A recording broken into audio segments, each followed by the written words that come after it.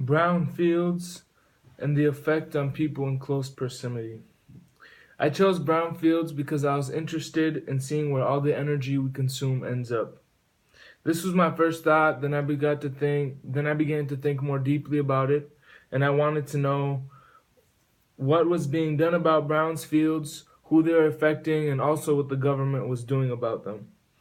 One example of brownfields is in Detroit, Michigan, where there are about a dozen brownfields due to Detroit being the home of the auto industry since the United States foundation, and also since its foundation as a city in 1701.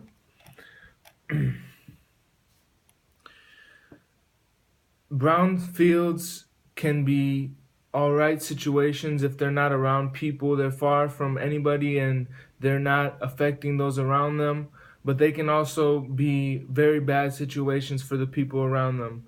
They have led to disease and even death in some cases. The government needs to intervene on behalf of the people affected by such sites known as brownfields.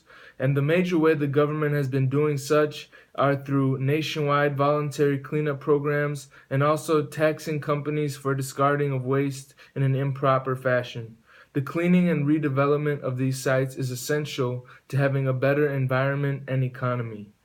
The government needs to intervene in these situations in which the people are suffering adversity and fight back because of their economic situation.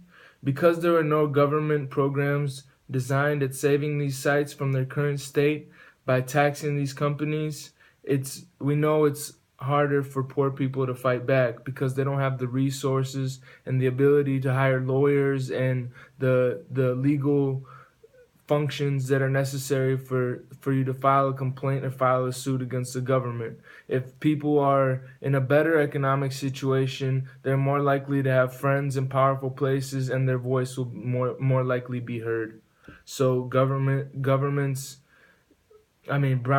are not usually in those places. They're more in poor communities or in places where people, like I said, they can't fight back as well. Brownfields have been designated by companies as ideal for dumping waste, preferably far from affecting anyone around them, like I said, but yet many brownfields are close to human populations and it could affect those people with disease, illnesses, and even death. Close to po- Close to populations of low-income people and far away from people with greater means. Companies that dump waste areas use areas that increase the company's monetary gain being costing less than discarding that waste in higher profile communities. Brownfields are not all hazardous, but they continue to pose a threat to the environment and the well-being of communities surrounding them. The government has been at the forefront of the battle since the conception of CERCLA, which is the Comprehensive Environmental Response, Compensation, and Liability Act.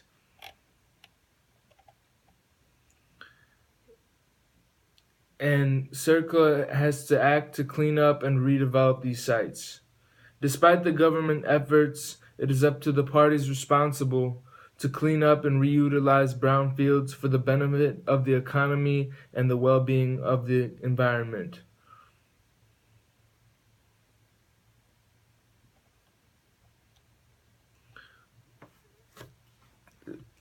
I want to talk more about brownfields, but first I have to identify what a brownfield is.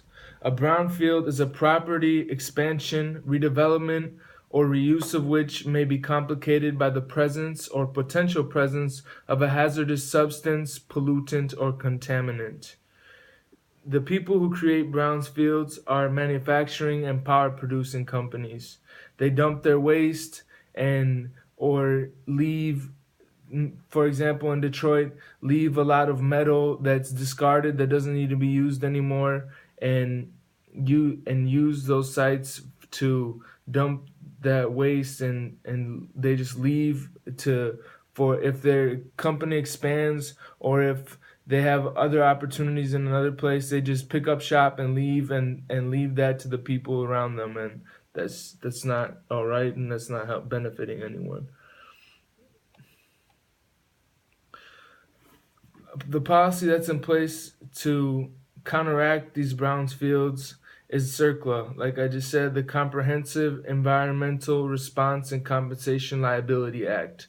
And this act, since its conception in 1985, has been helping to redevelop a lot of brownfields and also create opportunities for people around them, either to volunteer or jobs in cleaning up and making sure these sites are not hazardous waste sites, but just sites where there have been there has been industrial use and in use by companies in that field.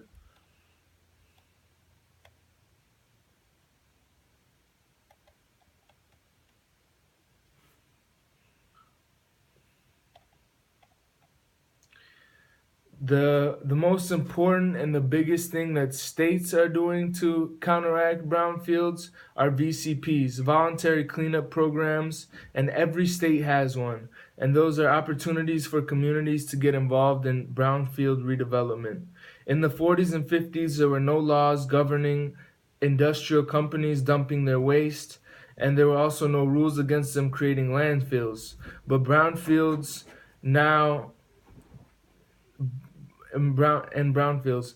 Companies now are held liable and are taxed if they dump their waste in an environmentally harmful way, or if they dump their waste in a place where people are in close proximity. Overall, the government needs to get involved in these sites, and there needs to be more action seen in places where the brownfields are hazardous or are causing blight, or some kind of grievance for the people around them, and they need to be cleaned up, redeveloped, and either turned into something that can benefit the economy or turn into something that can benefit the people around them. Thank you.